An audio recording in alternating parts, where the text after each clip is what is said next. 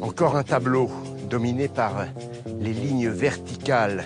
Cette impression de hauteur est accentuée par la pente qui descend vers la baie de Fort-de-France.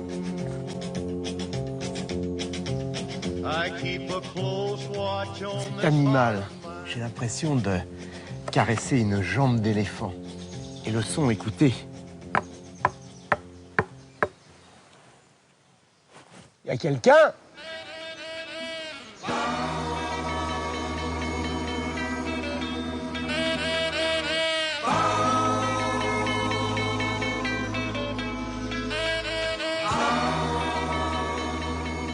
Nous allons poursuivre notre exploration du jardin de Balata, mais auparavant, nous allons faire un détour par un lieu unique en Martinique, la savane aux esclaves.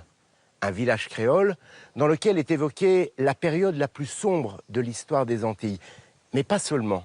Vous allez aussi y découvrir toute l'ingéniosité de cette population de travailleurs qui a mis au point une pharmacopée à base d'essence locale dans laquelle les Martiniquais puissent toujours pour soulager leurs maux.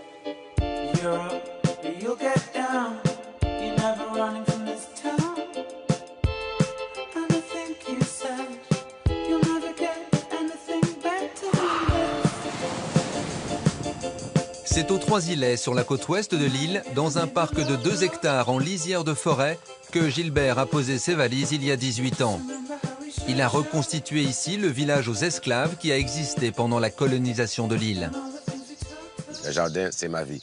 Alors, je suis en train de récupérer les plantes médicinales pour mon tisane, quoi. Chaque jour, il me faut boire ma tisane, quoi. Son jardin est avant tout un jardin médicinal dans lequel Gilbert nous présente toutes les vertus des nombreuses plantes des Caraïbes. Alors, vous avez ici la toumo. La toumo, ça porte son nom parce que c'est une plante qu'on utilise à tous les maux. Alors, pour les digestions difficiles, l'état grippal, le rhume, les moelles de ventre, on utilise les feuilles ou la fleur. Les deux s'utilisent. Pour moi, c'est la maman de toutes les tisanes. Et un peu plus bas, là, une autre plante miraculeuse qu'ici on appelle le gros thym. C'est une plante excellente.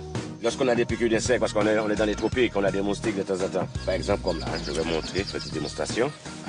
Il faut juste l'écraser entre les doigts. Vous voyez, quand je l'écrase, vous voyez, ça devient toujours humide, c'est mouillé, c'est comme une lingette.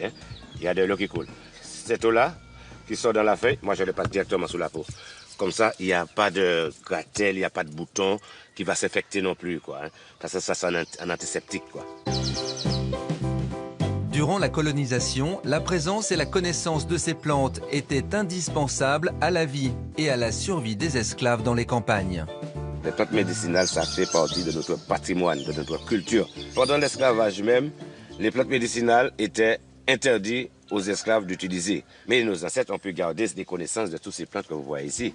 Et aujourd'hui, malgré tous les médicaments proposés en pharmacie, les plantes médicinales connaissent un fort succès dont Gilbert se réjouit. Les gens reviennent au galop parce qu'ils ont peur du médicament encore. Il y a beaucoup d'effets secondaires encore. Alors il y a tout, parce qu'on a plus de 7000 plantes ici. Donc en Martinique, on a une pharmacopée vraiment très riche. Là ici, c'est curcuma. C'est pour l'inflammation dans les articulations. Alors ici, on a la verveine blanc, utilisée pour l'insomnie, le stress, l'angoisse et des maux d'estomac, quoi. Il est excellent. Il est dans la pharmacopée française aussi, la verveine blanche. Et pour entretenir ce beau jardin avec Gilbert, c'est à l'ancienne. Pas de traitement dans le jardin. Chaque fleur amène des coccinelles différentes. Avec les coccinelles qui vont se combattre entre eux. Et il n'y aura pas de maladie dans mon jardin, quoi. Et puis, je n'utilise pas de l'engrais, je n'utilise pas de pesticides. Et l'herbe arrachée dans le jardin avec la main. Dans son jardin, cet amoureux de la nature n'a que des plantes médicinales. Il a aussi des plantations de canne à sucre qu'il utilise pour réaliser la toiture des cabanes. Pour le faire, c'est pas sorcier. Moi, je prends feuille, et je tourne dessus. Et là, moi, je fais entrer un dans l'autre. En assemblant 35 feuilles, il va former un bouchon. Et là, on a un très beau bouchon. Alors, si on veut faire, par exemple, une toiture comme celui qui est là, il faut 3500 paquets comme ça. Ça, c'est du bon travail, quoi. Alors, quand il pleut, il n'y a pas une goutte qui va passer. Et même s'il fait 40 degrés, 45 degrés, c'est la même température à l'intérieur, quoi. Si Gilbert a reconstruit ces petites maisons, c'est parce qu'elles font partie de l'histoire de ses ancêtres. La Martinique a été colonisée en 1635 et l'esclavage aboli en 1848. Ces petites maisons, ce sont des petites maisons qui existaient à l'époque de l'esclavage. Toute la lignée des petites maisons des esclaves qui étaient à proximité du champ, eh bien, ils ont tout effacé. Alors, quand quelqu'un vient ici chez nous, pour eux, il n'y a pas eu d'esclavage sur cette île, parce qu'on ne voit pas de traces. Et en remettant cette petite maison-là sur place, et en parlant de l'histoire qui est l'histoire de l'esclavage, là, les gens vont commencer à comprendre, quoi. Pour moi, c'est un devoir de mémoire de monter ce village. Pour moi, il faut ça pour pouvoir avancer, pour pouvoir voir les choses autrement, quoi. Pour notre histoire, il fallait ça. Sur cette terre, il y a une espèce d'arbre qui date de l'esclavage et que Gilbert cultive avec beaucoup de passion. Alors, le cacao pour faire le vrai chocolat, parce que nous, en Martinique, on a ce qu'on appelle le bâton cacao. Ça, c'est le chocolat à 100% cacao, quoi. Et pour pouvoir le faire, c'est pas compliqué du tout. On récupère uniquement les cabosses qui sont jaunes. Là, alors, comme ça, je vais récupérer celui-là. Il faut juste les casser, comme là. C'est pas compliqué. Lorsqu'on est habitué, on le fait comme là. Alors, ce sont ces graines-là qu'on va récupérer et on va le faire sécher au soleil pendant 6 semaines.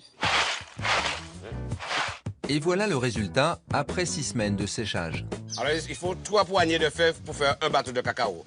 Je prends une poignée, 2 poignées et 3 paniers. Et c'est bon. Ensuite, Gilbert dépose sa casserole directement sur le feu et tourne sans s'arrêter pour torréfier ses fèves. Tous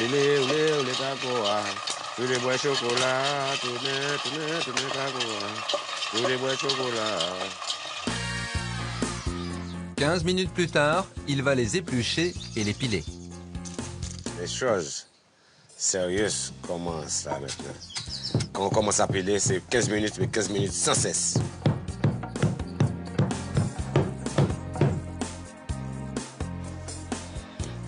Comme ça bouillit.